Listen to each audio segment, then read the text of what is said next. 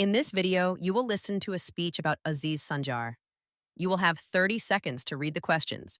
You will listen to it twice. The answer key is at the end of the video.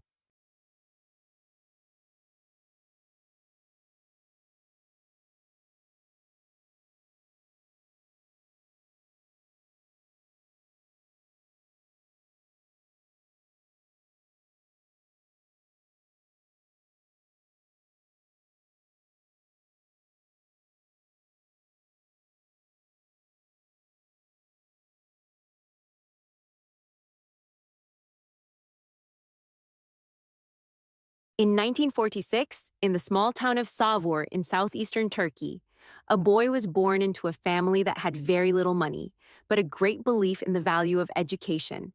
His name was Aziz Sancar. He was the seventh of 8 children, and his parents could not afford to send all of their children to university.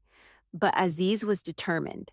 He studied hard, won a scholarship, and eventually graduated from Istanbul University with a degree in medicine in 1969.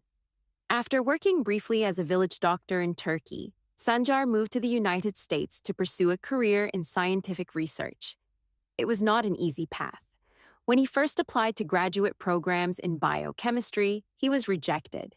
He took a job as a laboratory technician, essentially a support role, while continuing to develop his knowledge and his skills. Eventually, he was accepted into a PhD program at the University of Texas, where he began the work that would change his life and the lives of scientists around the world. His area of research was DNA repair, the process by which living cells identify and correct damage to their DNA.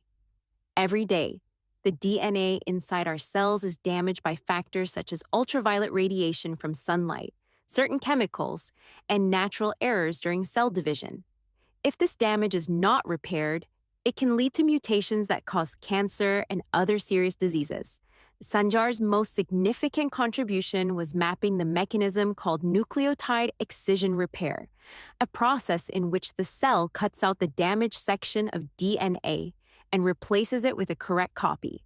This discovery was so fundamental to our understanding of how life protects itself that it earned Sancar the Nobel Prize in Chemistry in 2015, which he shared with 2 other scientists.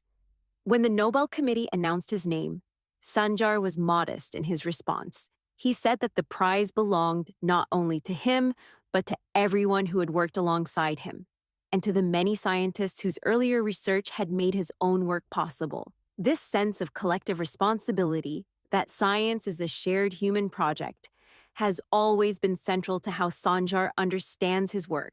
But Sancar's story does not end in the laboratory. Throughout his career, he and his wife Gwen, also a scientist, have given generously to support education in Turkey. They have donated scholarships so that Turkish students can study in the United States.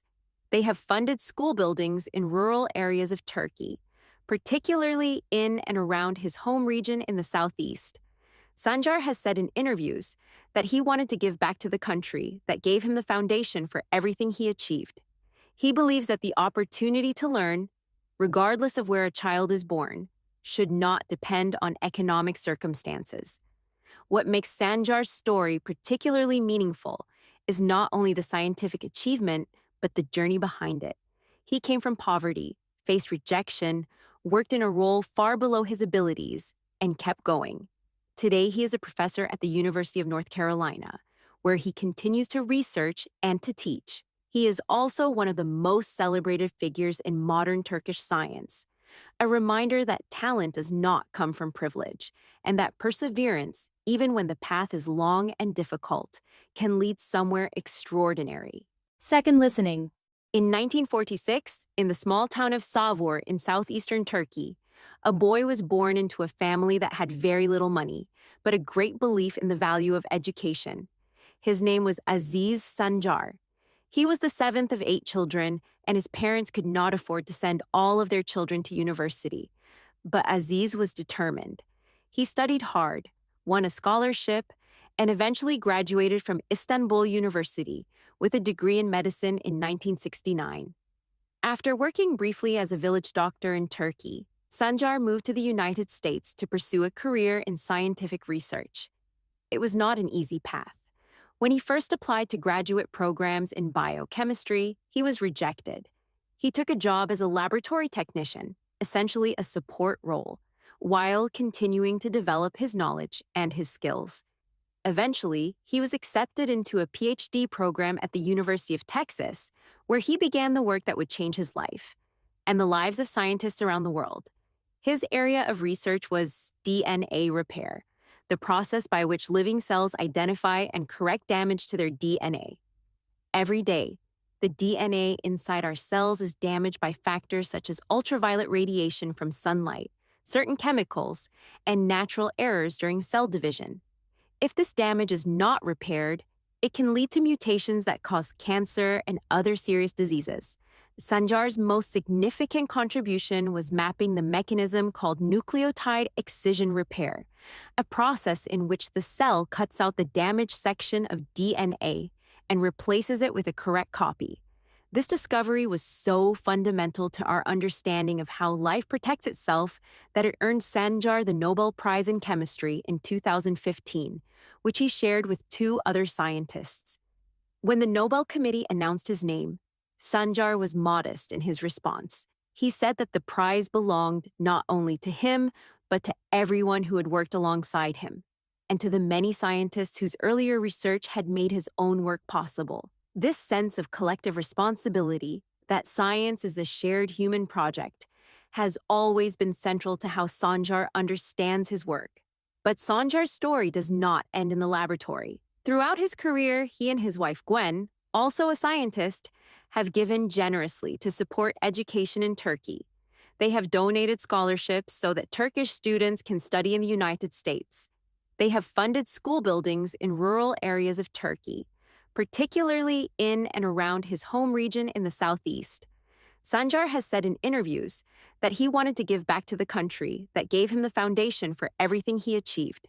He believes that the opportunity to learn, regardless of where a child is born, should not depend on economic circumstances. What makes Sancar's story particularly meaningful is not only the scientific achievement, but the journey behind it. He came from poverty, faced rejection, worked in a role far below his abilities, and kept going.